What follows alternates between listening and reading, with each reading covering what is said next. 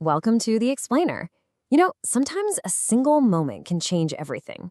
Today, we're diving into a story that starts with, well, a pretty reluctant prayer, but it ends with this incredible discovery that a simple act of service can literally be like a passport to a whole other world.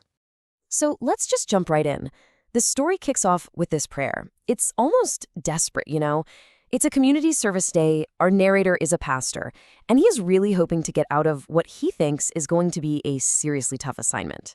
So what's this assignment he's dreading so much? Well, it's supervising two teenagers, Kenny and Chris. And in his mind, these guys are the absolute last people you'd want for a service project. I mean, he has completely written them off. He wants nothing to do with it. And sure enough, as they're heading to their destination, a battered women's shelter, the boys start in with the complaints. One of them actually scoffs, "Work? I didn't even sign up for this. This is stupid." And for the pastor, this is basically confirmation. Yep, this day is going to be a total disaster, just like he thought. So at this point, he's feeling like God is just completely ignoring his prayer. Actually, it's worse than that. He feels like he's being punished. And this moment, this peak frustration, it's the perfect setup for the incredible turn this day is about to take. Okay, so this is where things start to get interesting. The shelter director comes over and she looks at these two, stringy-haired, saggy-dressed teenagers and asks if his team can help out. And the pastor is just floored. He can't believe she just used the word team to describe them. The tasks themselves are pretty straightforward. The women are in a group session, so they just need someone to plant some flowers and play with the kids. Simple, right? The narrator hands out the assignments, but honestly, he's still thinking the whole day is a complete write-off. And then, bam, something totally unexpected happens. Just as the pastor is muttering one last desperate prayer, a bunch of kids come running out, they grab Kenny right out of the van, and they pull him into a game. Just like that. Against all odds, he's suddenly in the middle of this massive game of duck, duck, goose. Meanwhile, what about Chris, the other complainer? He just looks at the flats of flowers, and you can almost see the gears turning. After this moment of what seems like shock, he just starts planting. No complaints, no attitude. He just gets to work, creating this beautiful new garden. Now this is the real turning point.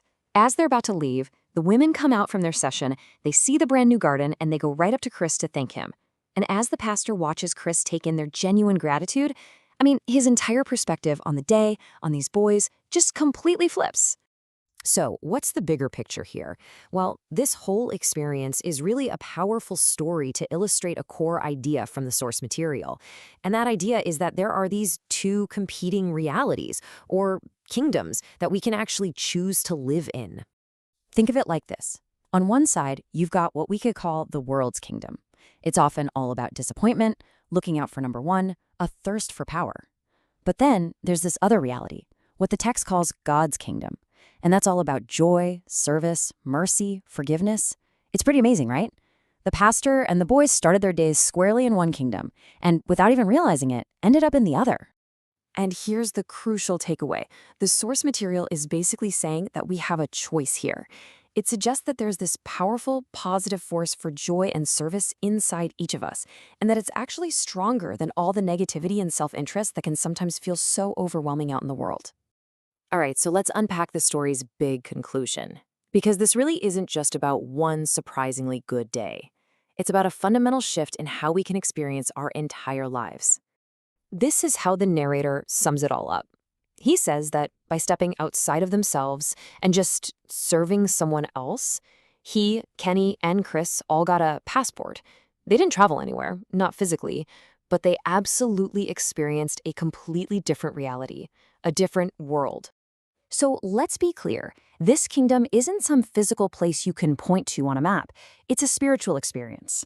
You know that feeling of freedom you get when you finally forgive someone, or that sense of purpose you find when you're helping others? That's it.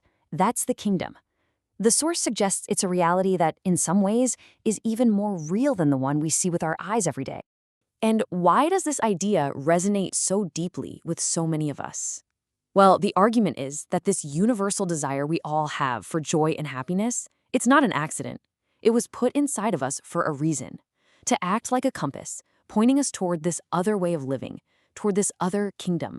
Okay, so this all sounds really good in theory, right?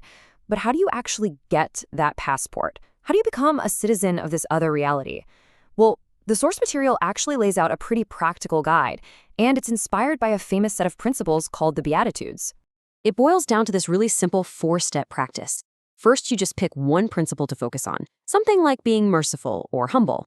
Second, you pinpoint a specific area of your life to apply it. Maybe it's how you interact with a friend or a family member. Third, you make a real effort to practice it for a week. And then, the final step is to just step back and reflect. Notice what happened. See if it gave you just a little glimpse of that other world. So, at the end of the day, this whole story leaves us with a really powerful, maybe even challenging thought.